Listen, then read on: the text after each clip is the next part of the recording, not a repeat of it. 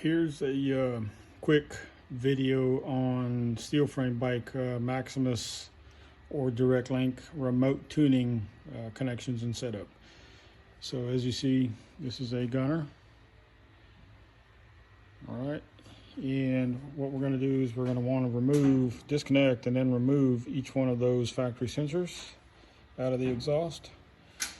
Then you'll take these sensors, plug them into our harness, and we want to route them on this side of the bike and then up and over the seat to the other side. Now we're not going to install those sensors yet because we have to verify open air calibration before they get installed onto the bike. So again, just to continue, wire crosses over the top, comes over, plugs into your diagnostic port here.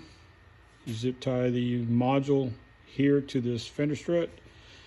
The wideband comes across also, zip tie it to this same strut, and USB cable goes into the laptop.